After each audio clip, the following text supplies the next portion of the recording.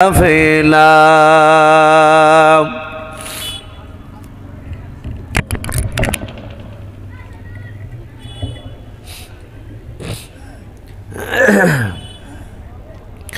ভাই সবাই আমরা প্রাণ ভরে মহব্বত উচ্চ আওয়াজে আরেকবার বাপজি উচ্চ আওয়াজে দুরূদ ইব্রাহিমটা পড়ি না। আল্লাহুম্মা সাল্লি আলা মুহাম্মাদিন ওয়া আলা আলি মুহাম্মাদ কামা সাল্লাইতা আলা ইব্রাহিম ওয়া আলা আলি ইব্রাহিম ইন্নাকা হামিদুম মাজিদ। আল্লাহুম্মা বারিক আলা মুহাম্মাদিন ওয়া আলা আলি মুহাম্মাদ কামা বারাকতা আলা ইব্রাহিম ওয়া আলা আলি ইব্রাহিম ইন্নাকা হামিদুম মাজিদ। সাল্লাল্লাহু তাআলা আলাইহি ওয়াসাল্লাম। শ্রদ্ধেয় জনাব, আজকের জালসা নির্বাচিত মনোনীত যোগ্যতম সভাপতি মহাশয় ও সম্মানিত আমন্ত্রিত ওলামে কেরাম ও আমার সম্মুখের শ্রদ্ধেয় বা জ্যেষ্ঠ বাবা জীবনেরা, আমার সমবয়স্ক সমজস্ব যুবক ভাইয়েরা, পর্দার আড়ালের মা বোনেরা, সকলকে জানাই আমার বুক ভরা ভালোবাসা সালাম। আসসালামু আলাইকুম ওয়া রাহমাতুল্লাহি ওয়া বারাকাতুহু। আলহামদুলিল্লাহ, সমস্ত প্রশংসা হামদ নাত সাধনা ভোজনা সে মহান রব্বুল আলামিনের জন্য, যে মহান রব্বুল আলামিন আমাদেরকে বড় ভালোবেসে রহম করে বিভিন্ন গুনার মজলিস থেকে বাছাই করে নিয়ে এসে মহান রব্বুল আলামিন তার রহমতের মজলিসে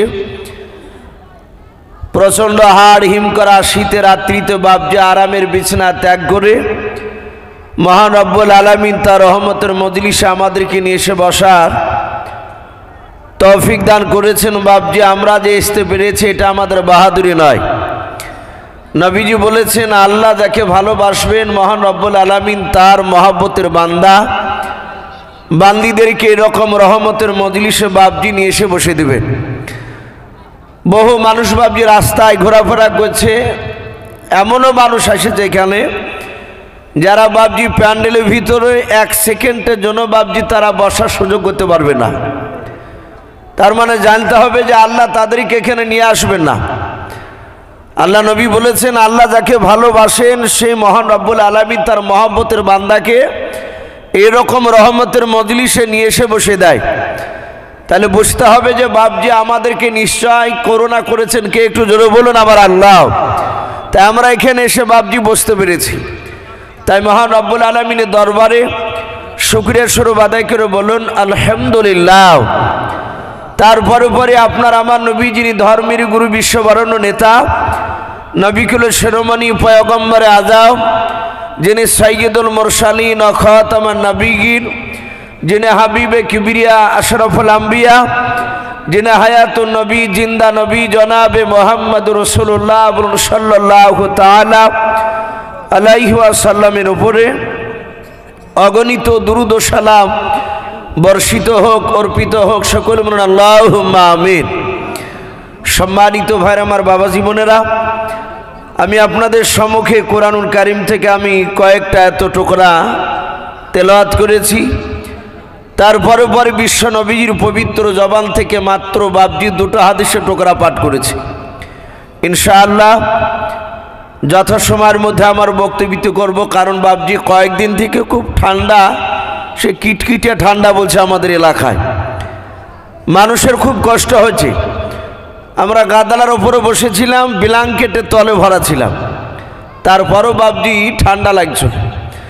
আর এই যে মাটিতে ভিজা মাটি, একটা সামান্য পলিথিনের উপর বসে আছে, কষ্ট তো হবেই, কিন্তু আশা করি আল্লাহ রাব্বুল আলামিনের কাছে এই কষ্টের প্রতিদান বদলা আমাদেরকে নিশ্চয় আল্লাহ দিবেন। বলুন আল্লাহুম্মা আমিন। তো বাপজি যারা একটু পেছনে দাঁড়িয়ে আছেন, আমি অনুরোধ করব যুবক ভাই, ওইভাবে দাঁড়িয়ে না থেকে যদি একটু ভিতরের দিকে এসে জমে বসা যায়। নবীজি বলেছেন, যেখানে কোরআন এবং আমার সুন্নাতের কথা আলোচনা হয় সে মাহফিলে মানুষ যদি বাপজি সুন্নাত তরিকায় যদি বসে জমে, রসুল বলেছেন তার পূর্বেকার জীবনের গুনাহ মাফ করবেন। বলুন সুবহানাল্লাহ।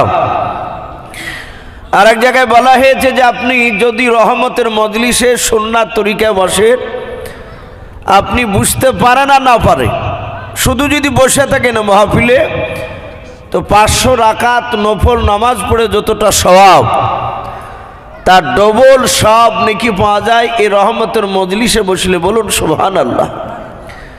বাপজি, আমরা যারা একটু এলোমেলো হয়ে আসি, একটু জমে বসে, আমরা জানি নবী জামানায় রসুলের কথা যারা বাপজি মানত তারা ছিল বাপজি সাহাবা, ইমানদার যাকে বলা হয়।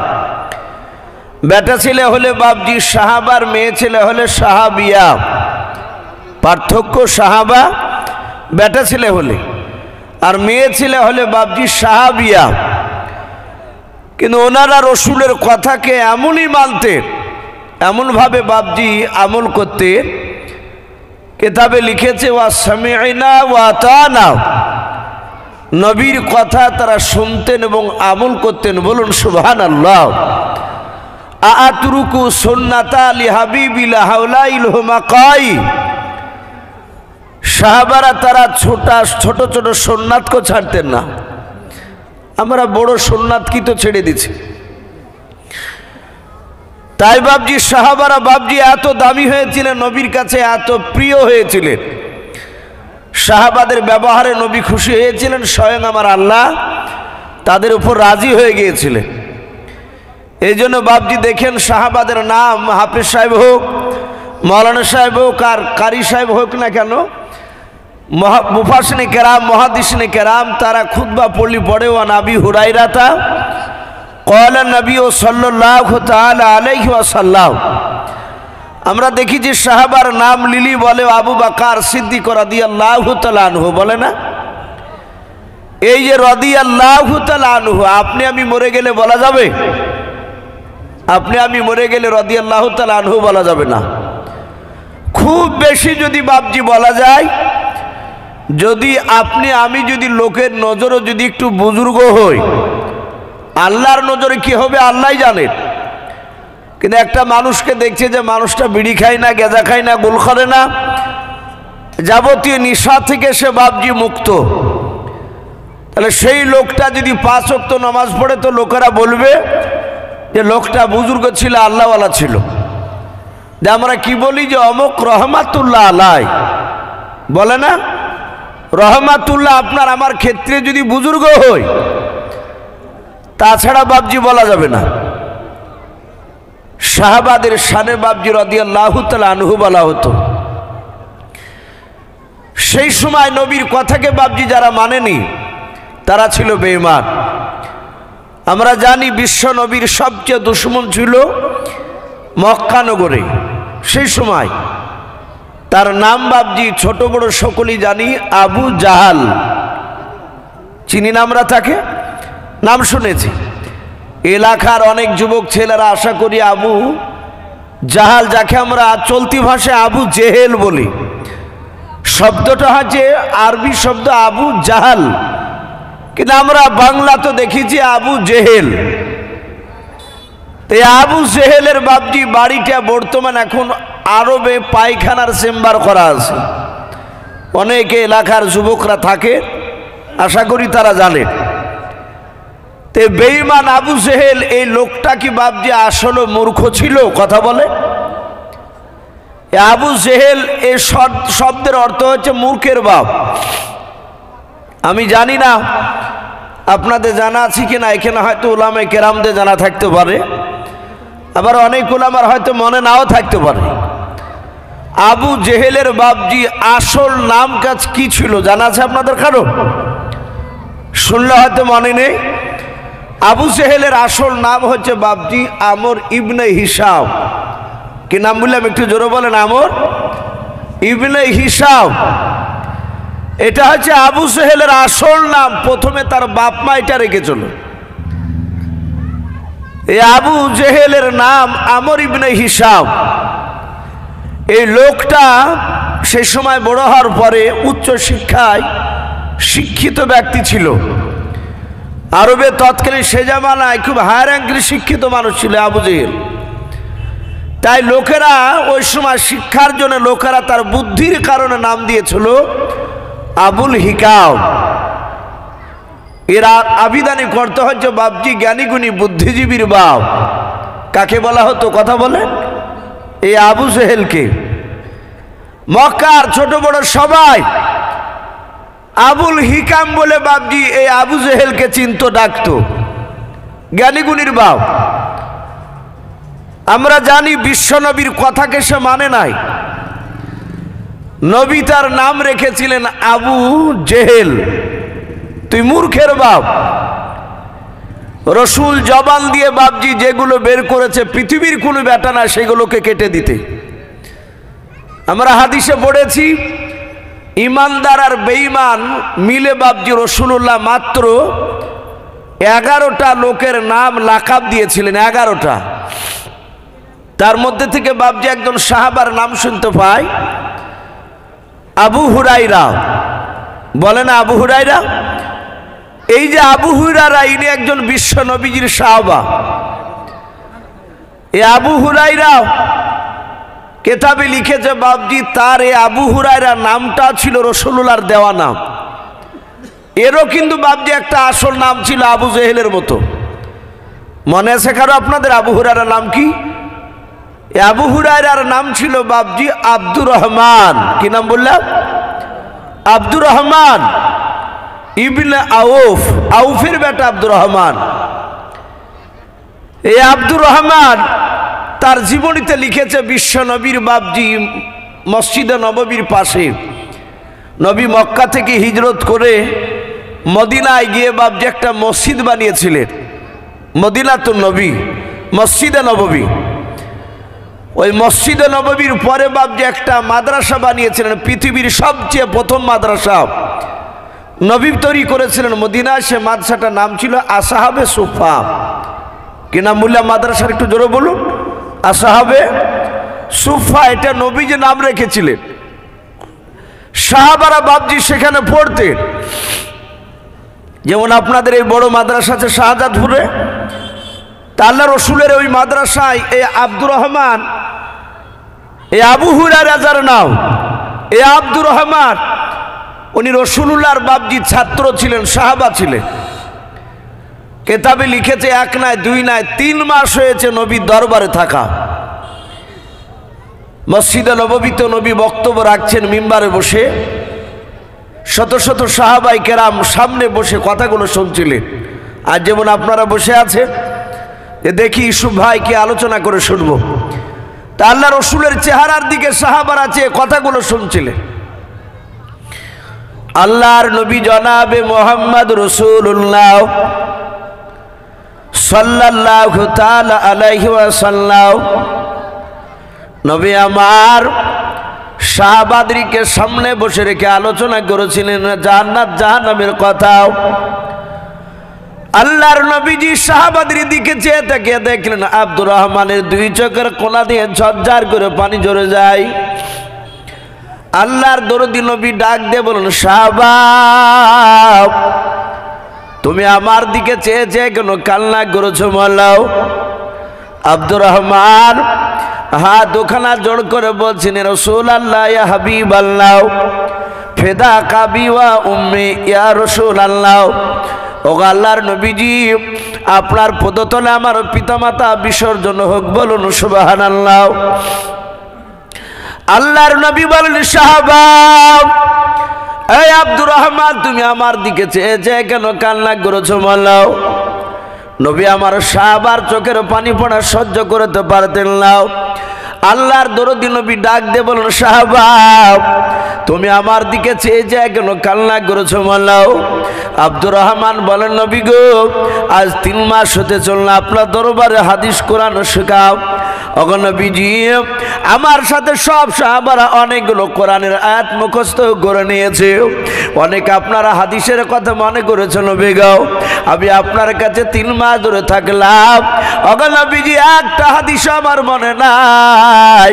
নবী আপনার দরবার থেকে কোরআন হাদিসের কথা শোনার পর আমি 1 ঘন্টা যদি দূরে চলে যাই, 1 ঘন্টা পর জিজ্ঞাসা করলে আর একটাও মনে থাকে না। অগর শোন, আমি এত চেষ্টা করি না, আমার একটা কথাও স্মরণে থাকে না, সব ভুলে যায়। নবী কেন ভুলে যায় আমি এই জন্য কান্না করছি। আমার বিশ্ব দরদি নবী কাদার বলেন সাহাবা, আমার নবী বলেন সাহাবারাও, আর কেউ কি তোমরা আছো আর এ আব্দুর রহমানের মতো তোমাদেরকে ব্রেনটা কমা আছে বলো? কার হাদিস মুখস্থ থাকে নাও? সব সাহাবারা নবীজির দরবারে বাপজে বসে কেউ বাপজে কথা বলেন না, সবাই মিলে বলে ইয়া রাসূলুল্লাহ, ইয়া হাবিবাল্লাহ, আপনি যেইভাবে বলেন সেইভাবে আমাদের মুখস্থ হয়ে যায়। শুধু আব্দুর রহমান তিনি বসে বসে কাঁদার পর বলেন আমার একটাও হাদিসও মুখস্থ নাই।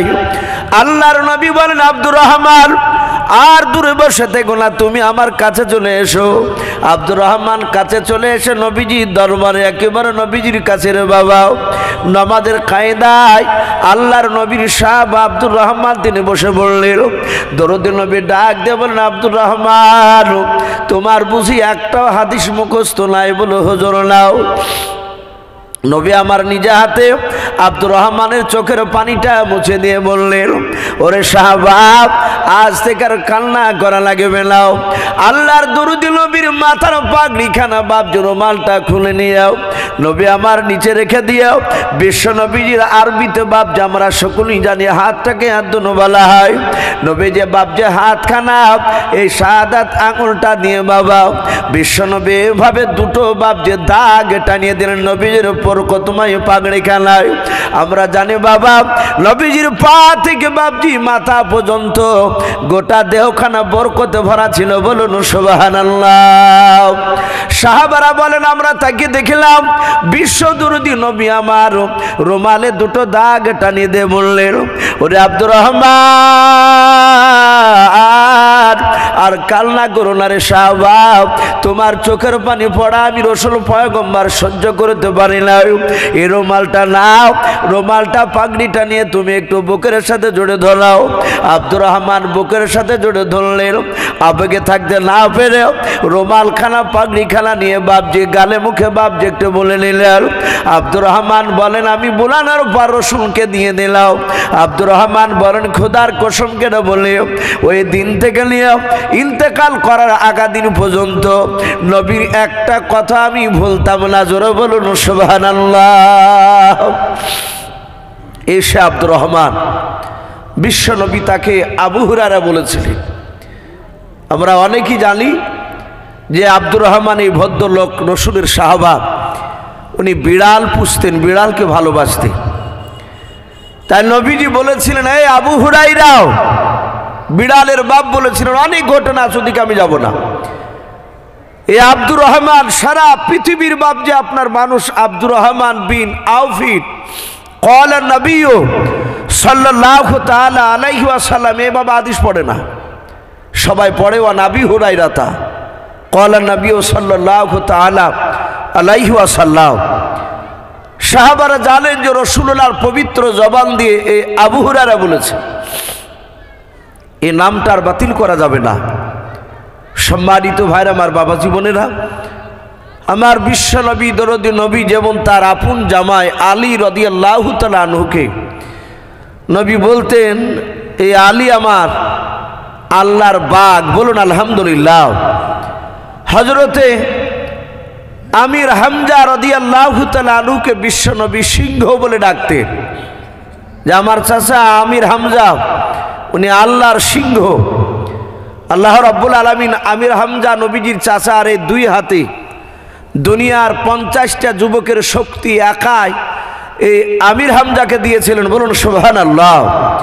তা আমি বলছিলাম নবী এইভাবে বাপজি ইমানদার আর বেঈমান বলে বাপজি 11টা মানুষের নাম লাকাব দিয়েছিলেন। তার মধ্যে থেকে আবু জেহেলের একটা বেঈমান তার নাম দিয়েছিল। এই আবু জেহেল সে সময় শিক্ষিত ব্যক্তি ছিল, কিন্তু রাসূলুল্লাহকে বাপজি পূর্ণাঙ্গভাবে নয় কোনো দিক দিয়ে মানেনি নবীকে। আমার বিশ্ব নবী চরম বিরোধিতা করেছিল, কেতাবে লিখেছে আমার বিশ্ব নবীকে বাপজি এত পেরেশানের মধ্যে ফেলেছিল। এই আবু জেহেল বেঈমান রসুলের কলেমার দাওয়াত দেওয়া দেখে বিশ্ব নবীর 3 দিন হয়েছে কলেমার দাওয়াত দেওয়া, গোটা মক্কার অলিগলিতে বাপজি মানুষ সবাই সমালোচনা করছে নবীর বিরুদ্ধে।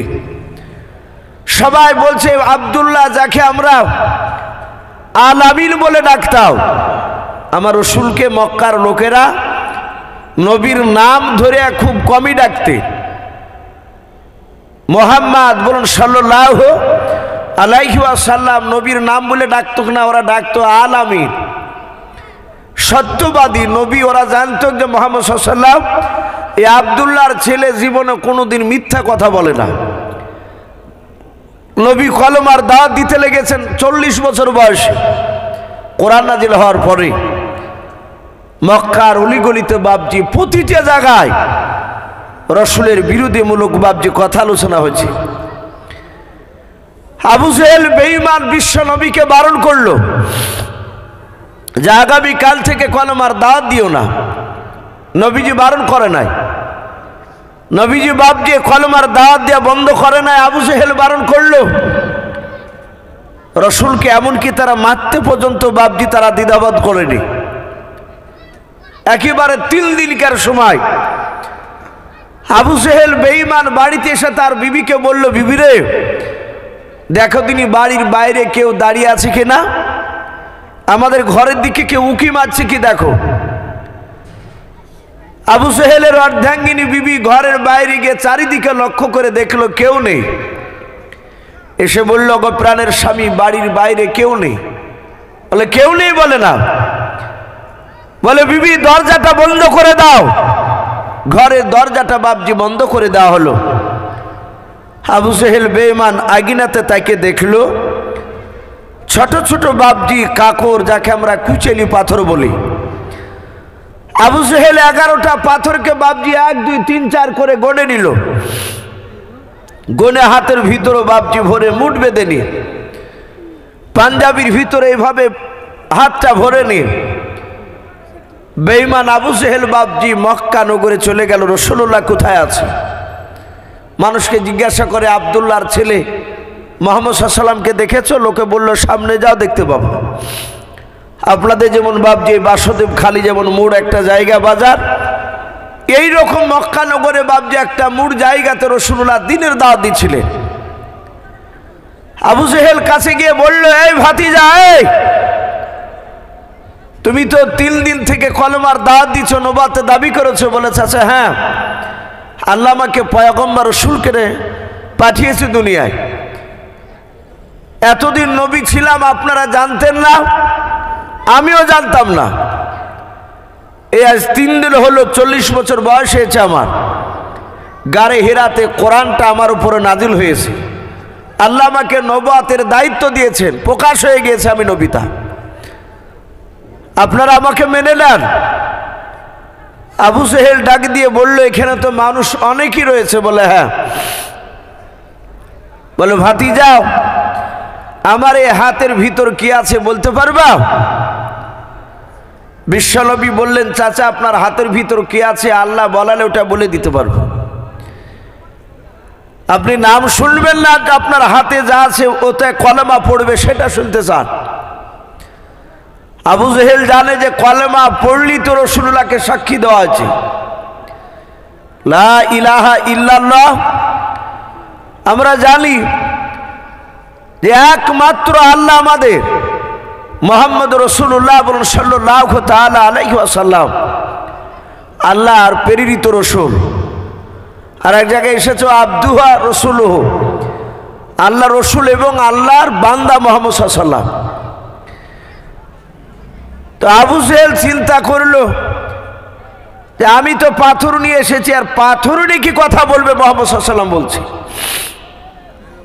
তা আবু জেহেল বলে, দেখি তিনি কথা বলে কিনা। বলে ভাতিজা, তাহলে তুমি মুখ দিয়ে বলার আগে আমার হাতে যা আছে তা দিয়ে বলতে বলো। আল্লাহর নবী জনাবে মুহাম্মদ রাসূলুল্লাহ সাল্লাল্লাহু তাআলা আলাইহি ওয়াসাল্লাম শুধু ইশারা করেছিল, বাবা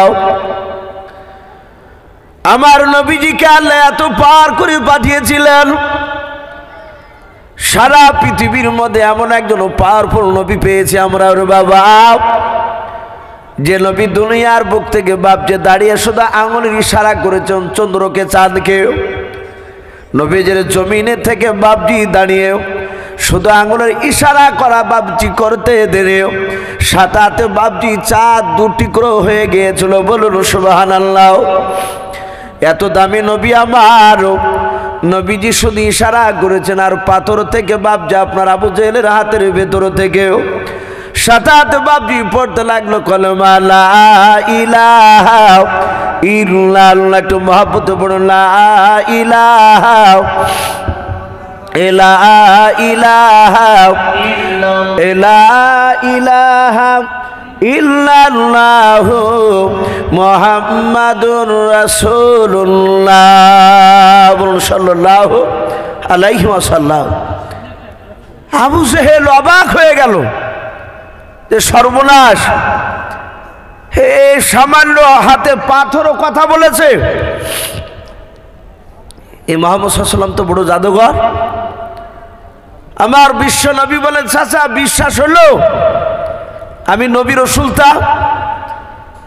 আবু জেহেল আর কিছু বললো না, সোজা ঘুরে চলে গেল বাড়ি। বাড়িতে যাওয়ার পর বাপজি দেখলো যে সূর্য কখন ডুববে। সূর্য যাহাতে বাপজি পশ্চিম দিকে অস্তমিত হয়ে গেল, ডুবে গেল। আবু জেহেল অমনি রাত্রিবেলা বেরিয়ে পড়লো উদবা সাইবা আবু লাহাব আবু সুফিয়ানের কাছে। এরা কুখ্যাত বাপজি 5 বেঈমান একত্রিত হয়েছে। বেঈমান আবু জেহেল উদবা সাইবা এরা সবাই মিলে বাপজি ওখানেই রয়েছে। ডাক দিয়ে বলছে ভাই রে মুহাম্মদ সাল্লাল্লাহু আলাইহি ওয়াসাল্লামকে আমার ভাতিজাকে, তোমাদেরও তো অনেকের ভাতিজা হয়। আল্লাহ রসুলের বাপজি আপন একটা চাচা ছিল, তার নাম ছিল বাপজি আবু লাহাব। নাম শোনেন নাই? সূরা লাহাব বলে বাপজি একটা কোরআন শরীফে তো আল্লাহ সূরাই পাঠিয়ে দিয়েছে। এই আবু লাহাব নবীজির আপন চাচা। এই বেঈমানও রাত্রিবেলা সেখানে ছিল। এই আবু জেহেল উদবা সাইবা আবু সুফিয়ানদের সাথে। আমরা সকলেই জানি নবীজির বাপজি আব্বারা টোটাল ভাই ছিল 10টা। নবীজির চাচারা 10টা ভাই। তার মধ্যে থেকে বাপজি কিছু চাচা ছিল ইমানদার আর কিছু চাচা ছিল বেঈমান। নবীজির কয়েকটা চাচার মধ্যে ইমানদারের মধ্যে চাচা ছিল হযরত আব্বাস রাদিয়াল্লাহু তাআলা আনহু, নবীজির আপন চাচা। নবীজির আমির হামজা উনিও নবীজির আপন চাচাও। এরা ছিল প্রকাশ্য ইমানদার। আর নবীজির বাপজি যে দুশমন বেঈমান ছিল চাচা, তার মধ্যে থেকে আমরা জানি 2টো চাচা ছিল বেঈমান। একটা চাচার নাম ছিল বাপজি আবু লাহাব, এ প্রকাশ্য দুশমন। আর আরেকটা নবীজির বাপজি চাচা ছিল বেঈমান, তার নাম কেতাবে লিখেছে আবু তালিব। এই নাম অনেকেই শুনেছেন আপনারা। এই আবু তালিব লোকটা নবীজিকে বাপজি সে ভালোবাসতো কি বাসত না কথা বলে?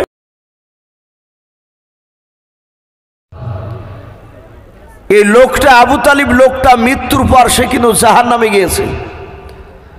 ও যে জাহান্নামে যাবে তা আল্লাহ আবু তালিব ইন্তেকাল করার পরই আল্লাহ জানিয়ে দিয়েছে। আমার বিশ্ব নবীর চাচা যখন আবু তালিব যখন ইন্তেকাল করলো, মৃত্যুবরণ করলো, নবী বলেছিলেন চাচা একটিবার কলেমা পড়ে আমি কিয়ামতের ময়দানে কোটি কোটি মানুষের সমাগম যেদিন হবে সেই দিন আমি আল্লাহকে একটু বলতে পারবো আল্লাহ আমার চাচা একবার কলেমা পড়েছিল, তুমি ওকে মাফ করে দিয়ে জান্নাতে দাও। আবু তালিব আঙুল দিয়ে দেখাচ্ছিল ভাতিজা ওই দেখ আবু জেহেলের লোক বসে আছে। আর আবু জেহেল আবু তালিব মৃত্যুর 15 দিন আগ থেকে রাত দিন 24 ঘন্টা 2টো করে বেঈমানকে বসে রাখতো আবু তালিবের পাশে, যেন কোনো সময় যেন মুহাম্মদ সাল্লাল্লাহু আলাইহি ওয়াসাল্লামের কলেমা না পড়ে। রসুল যখনই চাপ দিয়ে বলতেন চাচা কলেমা পড়ুন, চাচা আপনার আমি ভাতিজা, আপনি আবার চাচা একবার পড়ে। আর অমনি বলতেন ভাতিজা ওই দেখ আবু জেহেলের লোক।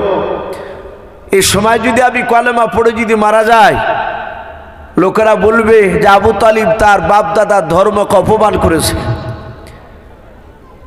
সে মৃত্যুর ভয় মনে হয় তার ভাতিজার কলেমাটাকে পড়ে নিয়েছে।